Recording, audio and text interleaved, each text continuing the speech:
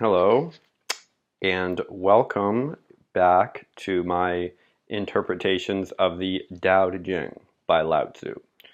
Today we are going to read verse 38 of the Tao, and I will give my impressions upon said verse of the Tao.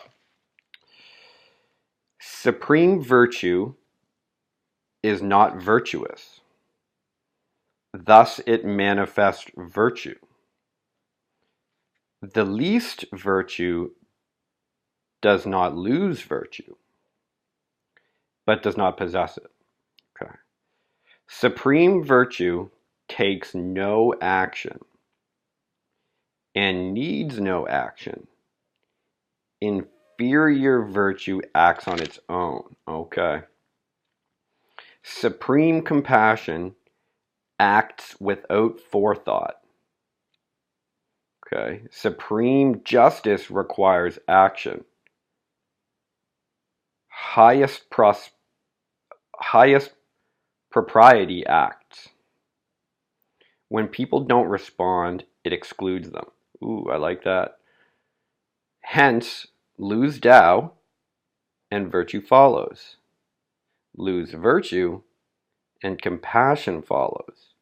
Lose compassion, justice follows. Lose justice and propriety follows. Holy, this is a challenging one. Propriety makes a veneer of loyalty and sincerity, and discord sets in. Okay. That's cool. Foreknowledge reveals the flowering of the Tao, and yet disillusion begins. Okay. Therefore, the sage inhabits the substantial. Okay. Right.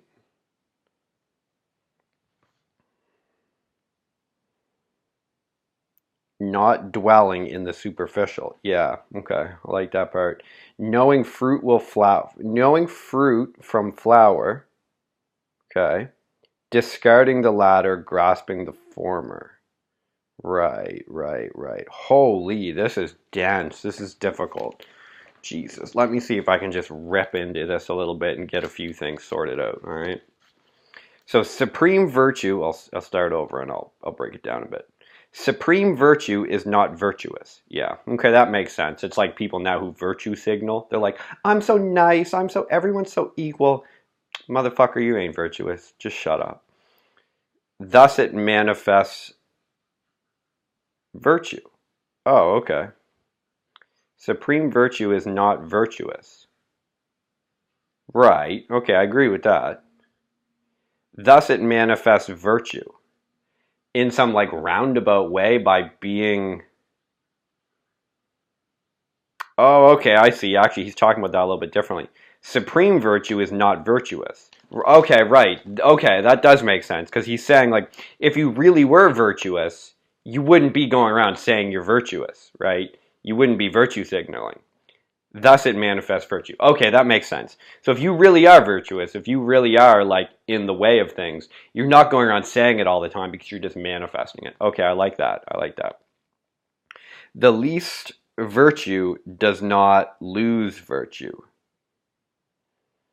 The least virtue does not lose virtue, but does not possess it. The least virtue does not lose virtue, does not possess it. Yeah, okay. So he's saying like if you have very little, if you're like, if you have just like a little bit of virtue, I guess, you don't, it's not that you're losing any. So if you have just a little bit, you didn't lose all the amount that you don't have, you just have that little bit. I think so. But does not possess it. Right, because you can never possess it. I think that's where he's going with that, if that makes a little tiny bit of sense. I think it does. Supreme virtue takes no action.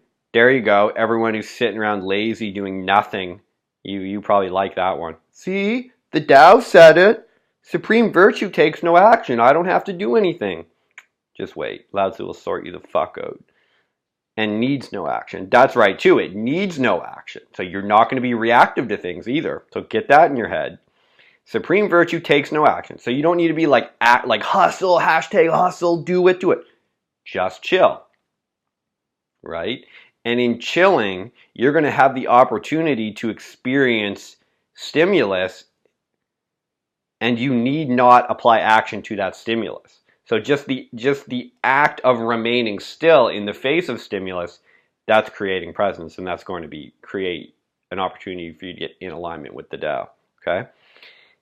Inferior virtue acts on its own. Yeah, I could see that. Some idiot who has no plan and no frame of what they're doing, and they're just haphazardly acting and like, I gotta do this, I gotta fix this. And that's where you get like the do-gooders and the social justice warriors who are always trying to act like, I'm gonna fix everything, I'm gonna do everything. But it's like, you're not even coming from a place of stillness or calm. So you have inferior virtue, and you're just acting on your own little ego impulses, right? So hammer that in your system. Supreme compassion acts without forethought. Yeah, you're just doing what you know is right. The thing that you know is the right thing to do, you did it.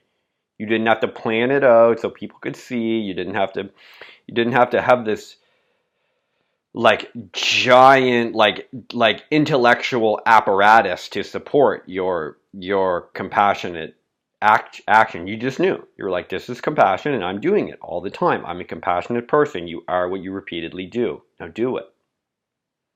Supreme justice requires action. I guess that is true. At some point you do have to make a move, you know. But if you're coming from that place of stillness and compassion and then time to act on a manner of justice, you can get more out of it, right? Highest propriety acts. Highest propriety acts.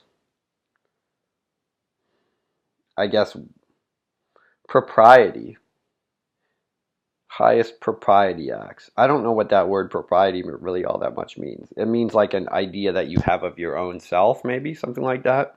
It's like your own specific frame of things. So the highest, like, I guess from that perspective, I get it. Like, from what you personally think is like the actual way to do it in your own little frame of reality, which is coming from the highest like self, the highest like alignment. That's where you act from. Yeah, okay, that's cool. I like that. When people don't respond, it excludes them. I love that. I love that. Okay, so either way, I love it. If it's coming from the frame of when people don't respond, it excludes them. Like if someone else doesn't respond from your action, from highest propriety or highest self, when you act from there and other people don't respond, that they don't see that, they get excluded, right? You just fucking exclude them. I love that because those people are at a lower paradigm and they can't see the value. So I'm big into that. But also if it's coming from a place of when people don't respond to their highest calling, they get excluded. I also like that. So I'm big on the idea of you're fucking out of the club now. You didn't make the team. You're cut. You're excluded. You had to act from the higher self. You had to get in alignment with the Tao. Now get up on it.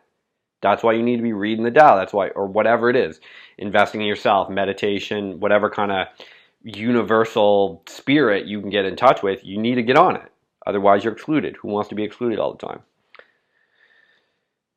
You want to be in touch with something, right? Something more powerful than you. Hence, lose Tao and virtue follows. Oh, here we go. Lose the Tao. So disentangle from any attachment to the Tao, I guess. And virtue follows. Okay, great. Now I'm virtuous. I like that. Lose the virtue. Oh, Jesus. Lose the virtue. And then you get compassion because you lost the virtue. Oh, but now I know what it feels like to have some virtue. Lose it. I'm compassionate for that loss. Lose the compassion. Oh, Jesus. What comes next? Justice. Lose the compassion. Now I don't even have compassion. Now I'm acting, as they said before. Acting on justice. Ooh. Lose justice. Propriety follows. Okay, wow. So you actually lose that acting on the justice, and then you're left with something of yourself. Okay, that's so deep and so severe, I can barely even grasp it with my monkey mind.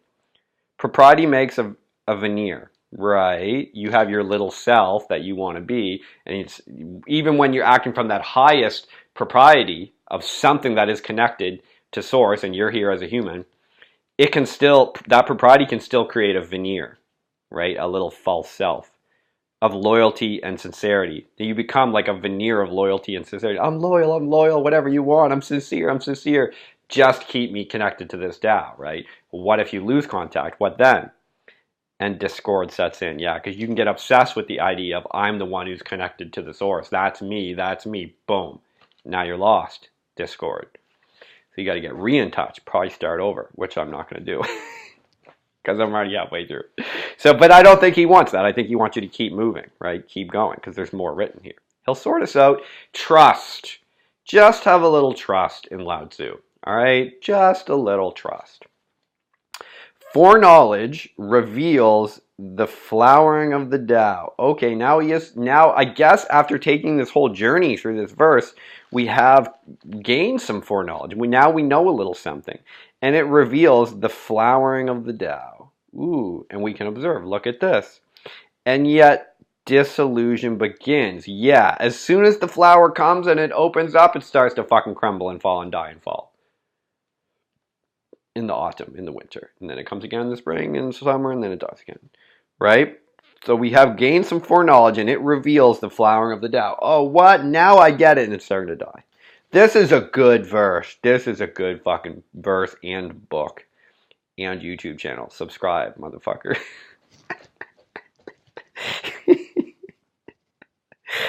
And like and leave a comment.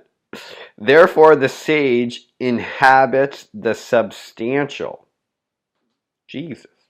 Therefore, the sage inhabits the substantial. Yeah. So after all this transformation, you gain some forethought, all this. The sage is always going to what is actually substantial. What's the real, most valuable thing I can invest in that seems to always bear some type of fruit? Well, it's this process of growth and disillusionment. So you always get back in that. And as he's going to hit you with this next verse, this is why. Not dwelling on the superficial, not gossiping, not fucking worrying about other people's opinions. No, we're not. That's superficial. Okay? The sage inhabits the substantial, within, valuable, observing the patterns, this cycle. That's what we're doing. Lao Tzu just told you we're not dwelling on the superficial, so don't even bother. Knowing fruit from flower, what's actually valuable, what's just to observe, like, oh, this is just a nice little flower and it grows and it dies. There's the fruit. That's actually substantial. I can learn this lesson, and after all this happened, then he gained some foreknowledge. Okay, so that's only if you gather that fruit, and you have the sage is seeing the difference between the two, right? Fuck. Discarding the latter, grasping the former. Get the fruit, get it in you, grow the nutrition, observe the flower. Oh, that's great. Bye. Whew. That was a serious verse. Verse 38. Holy. We're like halfway there. This took me like 3 years. At least like 2 years I've been working on this Tao project, doing a video once in a while. Okay, well anyway, that was it.